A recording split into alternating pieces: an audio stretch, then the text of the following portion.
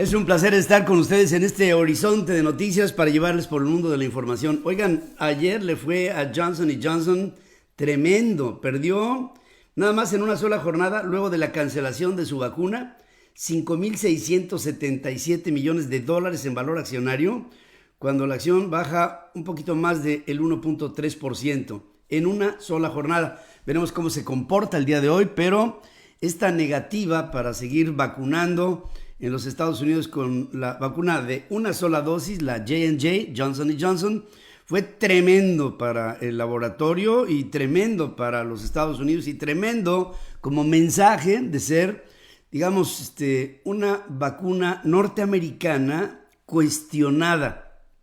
Y digo cuestionada como en su oportunidad hubiera sido o ha sido AstraZeneca. Esto deja a los Estados Unidos con solamente la dosis de Moderna y la de Pfizer, pero Johnson Johnson fuera de la jugada por el momento. Después podría venir una apreciación, nada más que para que esta sea, van a tener que corregir el mensaje que se está dando, digamos, subyacente dentro de la sociedad norteamericana de la vacuna. J&J, Johnson Johnson, es una vacuna muy fuerte, tal vez sobredosificada. Y fíjense ustedes lo que es la vida, a veces es medio injusta, ¿no? Un caso por cada millón de vacunados, de 7 millones, 6 casos que se han presentado, pues es prácticamente nada.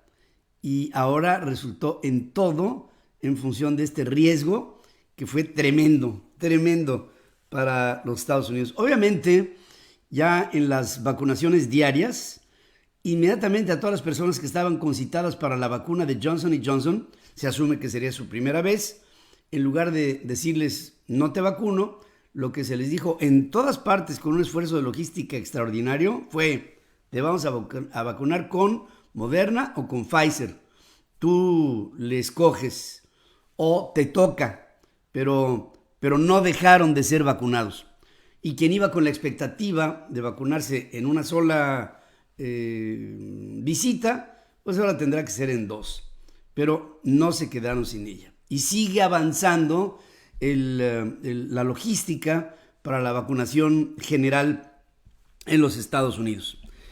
Mientras que esto sucede, otro de los problemas, aparte de la vacunación, que es, digamos, una de las estrategias económico-sociales más importantes del mundo hoy, vacunar, hay otro problema para los Estados Unidos que es muy grande, que es el problema fronterizo, de la frontera sur.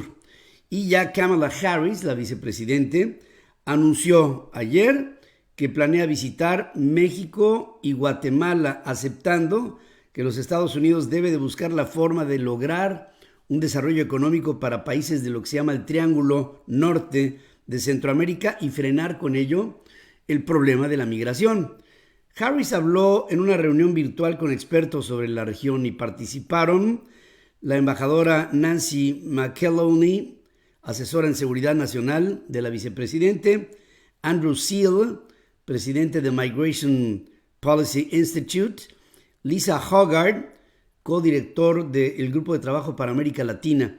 Y ahí lo que Kamala Harris les decía: nuestro foco central es buscar las raíces de lo que está motivando a la gente de América Central y de México para viajar hacia los Estados Unidos. Y por lo mismo tengo la intención de ir a México y de ir a Guatemala. En marzo, Joe Biden asignó a Kamala Harris la tarea de liderar estos esfuerzos de Washington hacia México y hacia los integrantes de América Central. Ya trajo una baja, ¿no?, entre las filas de Joe Biden, que fue Roberta Jacobson, que está a 15 días de dejar el cargo de comisionada para la frontera sur, ya que al haber entrado Kamala Harris, aunque no se dijo así, el argumento pues pesa solito, no se dijo así, pero es así, y Roberta Jacobson se va porque sintió que ya no tenía nada que hacer. Pudo haber habido un entendimiento de colaboración Nada más que esto no se dio, y no se dio, y se entiende que no se dio.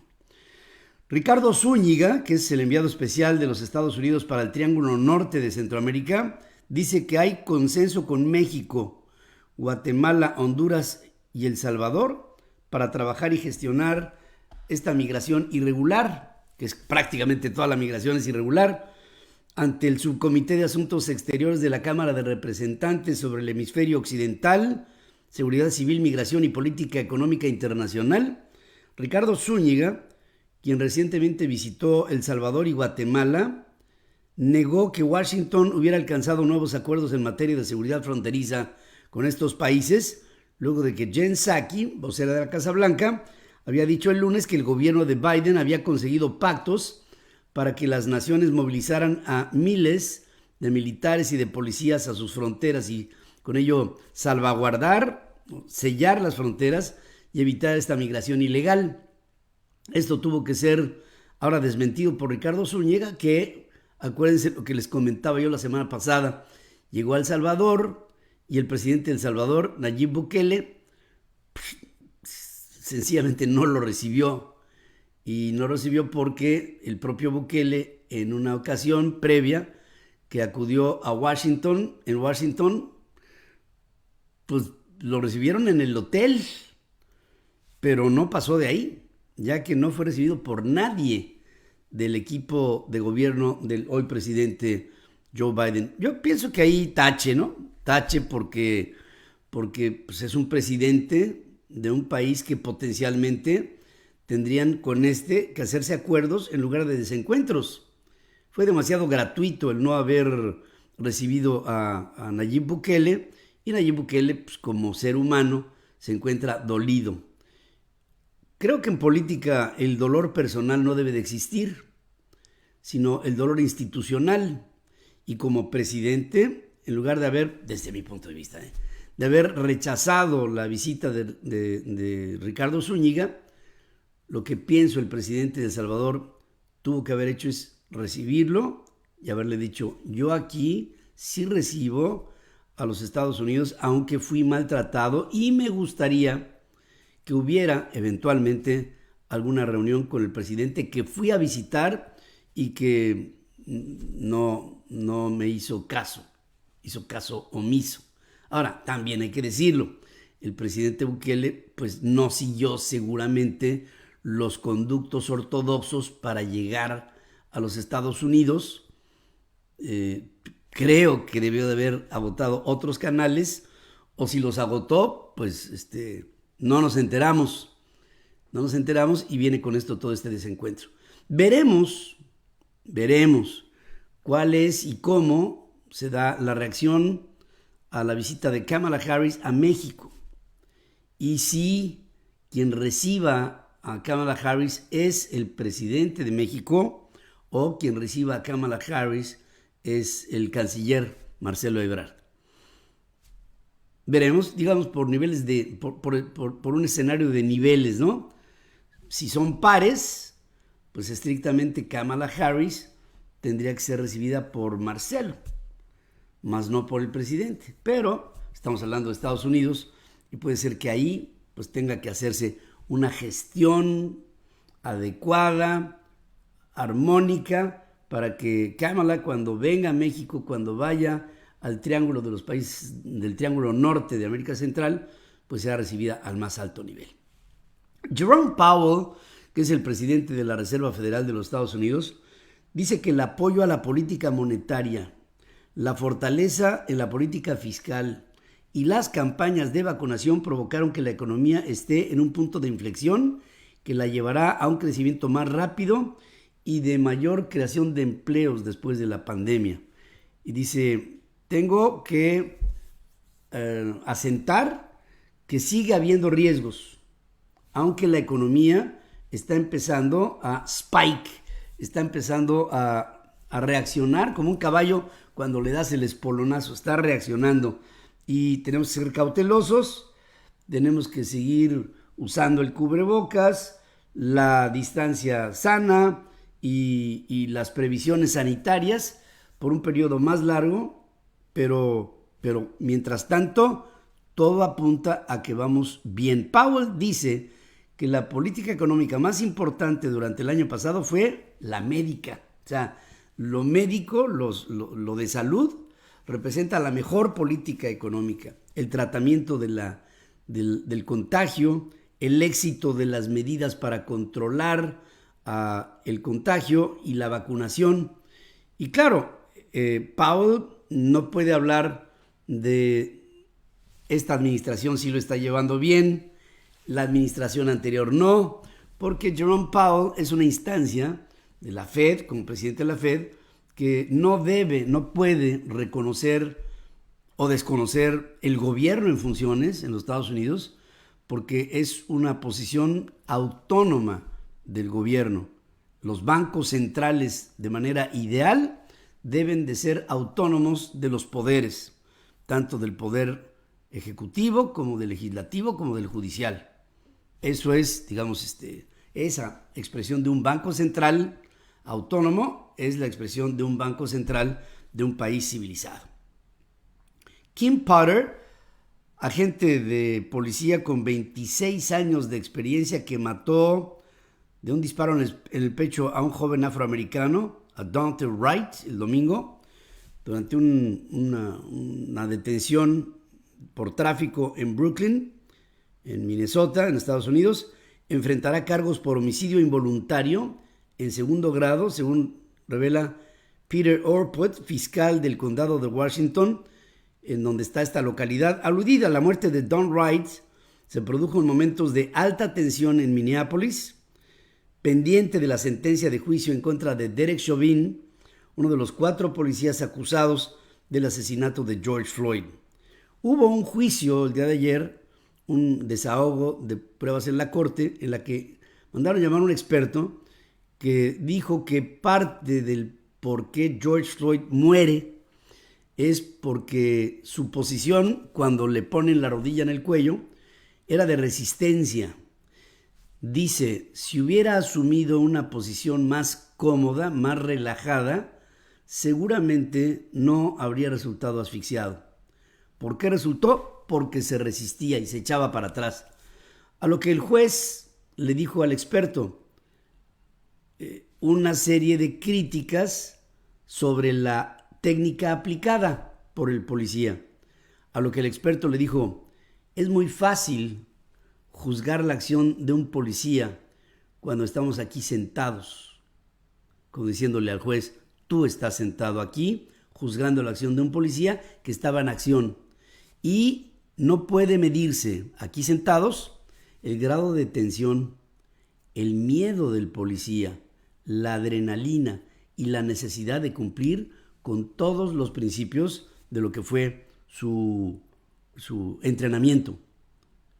Y en función de su entrenamiento, yo puedo decir que Derek Chauvin actuó de manera correcta. Punto, se acabó. Difícil, ¿eh? El presidente de Afganistán, Ashraf Ghani, y Joe Biden mantuvieron una conversación sobre esta histórica decisión de retirar a las tropas de los Estados Unidos a partir del 1 de mayo, en la que reforzaron su interés común en que este despliegue se lleve a cabo sin problemas, según dice la Casa Blanca en un comunicado. En Twitter, Ghani dijo que sí habló por teléfono con Biden y que platicaron sobre la decisión de Estados Unidos de retirar a sus fuerzas de Afganistán, no en mayo, sino, como les decía yo a ustedes, para conmemorar, para recordar el 20 aniversario de los ataques de las Torres Gemelas allá en el World Trade Center en Nueva York, el 9/11 del año 2001. Para esto hay, claro, las críticas del Partido Republicano en algunos de sus principales representantes que aseguran que el retiro de las fuerzas norteamericanas de Afganistán es un error estratégico gravísimo. La presidencia rusa, o sea, la vocería de Vladimir Putin, tomó con mucha cautela esta invitación que el presidente Biden le hace al presidente Putin para reunirse en un tercer país y dirimir los problemas que tiene Estados Unidos con Rusia, Rusia con Estados Unidos en una agenda común. Y la presidencia rusa se vio, vamos a poner, elegante por fría, considerando que era prematuro hablar de una fecha o de un lugar para la reunión entre los mandatarios Joe Biden y Vladimir Putin, luego de la propuesta de Washington para una cumbre en, como les digo, un tercer país para su reunión. Con ello, decir es prematuro hablar de una fecha y de un lugar fue así como decir nos interesa, pero no mucho. Nos interesa, pero démosle tiempo. Nos interesa, pero no nos entusiasma. Y con ello, pues en Rusia se recibió con frío la invitación hecha por el presidente norteamericano para que hubiera un principio de entendimiento en algún momento a nivel personal entre Vladimir Putin y Joe Biden. Joe Biden y Vladimir Putin se conocen. Han sido ya en otro tiempo viejos protagonistas de el arreglo o desarreglo de muchos de los conflictos que han tenido que resolver Rusia y Estados Unidos. Pero, después de todo, al no ser desconocidos, saben los dos medirse cuáles son las fortalezas y las debilidades de su contraparte, para no decir contrincante. Rusia asegura que la reducción de las tensiones en el este de Ucrania dependerán de que Kiev, o sea, la capital de Ucrania, abandone las acciones armadas en esa zona. Hay que decir que el tema fue abordado por Biden y por Putin en su conversación telefónica de hace 24 horas. Y en ella, el presidente Biden dice, seremos muy estrictos en la defensa de nuestros intereses en la zona y de nuestros aliados en la zona, como haciendo ver que Ucrania y Kiev están con Estados Unidos y con Washington. A todo esto, Vladimir Putin no lo puede decir abiertamente, pero Vladimir Putin, claro que lo que le interesa es quedarse con Ucrania, anexarla, que obviamente sería un escándalo gravísimo en proporciones en el momento en que tropas rusas ingresaran a suelo ucraniano, porque esto implicaría una provocación que forzosamente vería involucrado a los Estados Unidos. China ya está amenazando con hacer represalias militares en contra de Taiwán ante la llegada de una delegación de antiguos altos cargos de gobiernos norteamericanos. ¿Por qué? Bueno, porque siempre está para los chinos el intervencionismo de los Estados Unidos. Es por eso que el año pasado, el presidente de China, Xi Jinping, le hicieron un homenaje a Henry Kissinger. A sus casi 100 años de vida, Henry Kissinger fue históricamente el político que hizo posible una relación tersa con China. Y lo que en este momento se necesita entre China, Estados Unidos, Taiwán, Japón, Corea del Sur, Corea del Norte, la Micronesia, pues es esta tersura que parece estar ausente de una manera grave, muy grave. Bueno, nada más así para rematar, decir que en México la inestabilidad del INE, del Instituto Nacional Electoral, se hace cada día más patente. Las presiones del gobierno del presidente López Obrador, del partido que sostiene a López Obrador principalmente en el poder, en contra de los consejeros electorales que deciden cancelar el paso de dos favoritos del presidente para contender por dos gobiernos estatales en Guerrero y Michoacán, ponen en alta tensión ante la resolución de lo que el Tribunal Electoral del Poder Judicial de la Federación tenga que decir sobre el futuro de estos dos aspirantes que desde el punto de vista técnico, hablando de box, están en la lona, pero que a lo mejor tirándolos los levanta López Obrador con una estrategia política al nivel que conoce López Obrador, sucia, haciendo que estos hombres sean los segundos de a bordo de un tercero que sea el gobernador y que los que gobiernen sean los que hoy son cancelados por el INE. De estas porquerías que tiene las miasmas de la política mexicana. Hasta aquí la información en este horizonte de noticias y decirles que, como siempre, les agradezco su presencia, la presencia con nosotros en este espacio, esperando tener la oportunidad para que estemos juntos en la primera emisión Central FM Equilibrio, transmitiendo desde centralfmonline.com, nuestras aplicaciones en iOS y en Android, nuestras plataformas y nuestra red de estaciones hermanas en 36 estaciones de radio en los Estados Unidos, asociadas, afiliadas en 105 ciudades de radio y televisión en México, televisoras en Guatemala, El Salvador, en Honduras, en Costa Rica y en Colombia. Soy Pedro Ferriz de Con y, como siempre, espero más adelante su presencia, pero mientras tanto se las agradezco.